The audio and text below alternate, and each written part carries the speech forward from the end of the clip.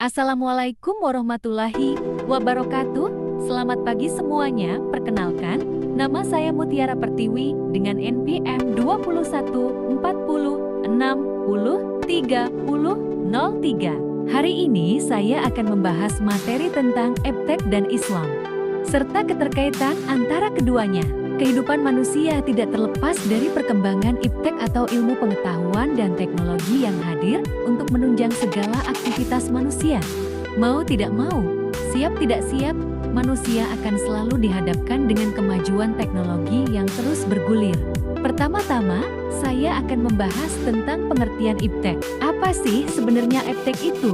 Iptek adalah singkatan dari ilmu pengetahuan dan teknologi. Ilmu pengetahuan atau sains adalah pengetahuan tentang gejala alam yang diperoleh melalui proses yang disebut metode ilmiah. Sedangkan teknologi adalah pengetahuan dan keterampilan yang merupakan penerapan ilmu pengetahuan dalam kehidupan manusia sehari-hari. Perkembangan iptek adalah hasil dari segala langkah dan pemikiran untuk memperluas, memperdalam, dan mengembangkan iptek. Perkembangan iptek adalah bagian penting dalam sejarah peradaban manusia. Kajian iptek seringkali menyertakan interaksinya dengan masyarakat. Kemudian, bagaimana pandangan Islam terhadap iptek? Islam berperan dalam perkembangan iptek, yaitu syariah Islam harus dijadikan standar pemanfaatan iptek. Ketentuan halal haram hukum-hukum syariah Islam wajib dijadikan tolak ukur dalam pemanfaatan iptek, bagaimanapun juga bentuknya.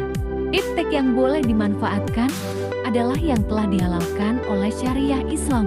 Sedangkan iptek yang tidak boleh dimanfaatkan adalah iptek yang telah diharamkan syariah Islam. Pada dasarnya, kita hidup di dunia ini tidak lain adalah untuk beribadah kepada Allah. Tentunya beribadah dan beramal harus berdasarkan ilmu yang ada di Al-Quran dan Al-Hadis. Tidak akan tersesat bagi siapa saja yang berpegang teguh dan sungguh-sungguh berpedoman pada Al-Quran dan Al-Hadis. Dalam sebuah hadis, Rasulullah bersabda, mencari ilmu itu wajib bagi setiap muslim, dan orang yang meletakkan ilmu pada selain yang ahlinya, bagaikan menggantungkan permata dan emas pada babi hutan. H.R. Ibnu Majah dan lainnya juga pada hadis Rasulullah yang lain, carilah ilmu, walau sampai ke negeri Cina. Dalam hadis ini, kita tidak dituntut mencari ilmu ke Cina, tetapi dalam hadis ini, Rasulullah menyuruh kita mencari ilmu dari berbagai penjuru dunia. Walau jauh, ilmu harus tetap dikejar. Posisi Al-Quran terhadap ilmu dan teknologi mengatakan bahwa bagi umat Islam yang beriman kepada Al-Quran, belajar mengembangkan ilmu pengetahuan dan teknologi merupakan atribut dari keimanannya.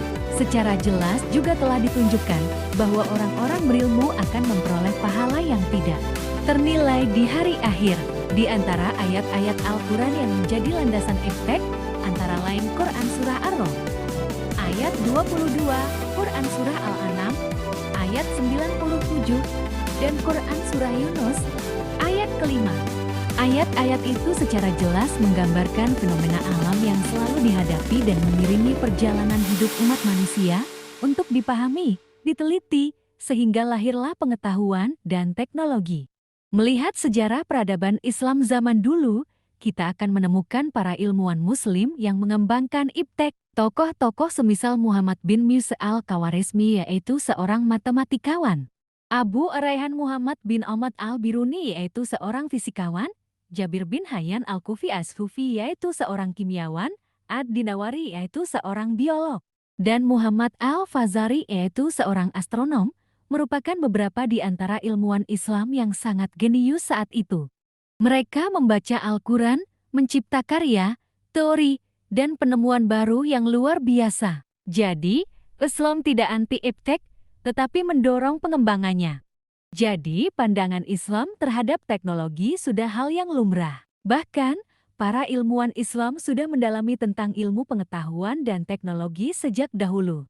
Dalam perkembangan, iptek juga harus didasarkan asas yang terdapat dalam Islam. Jadikanlah Al-Quran sebagai pedoman dalam menyebarkan ilmu apapun itu. Baiklah, sekian materi saya hari ini. Semoga bermanfaat dan bisa dipahami dengan baik. Wabillahi taufik wal hidayah. Wassalamualaikum warahmatullahi wabarakatuh.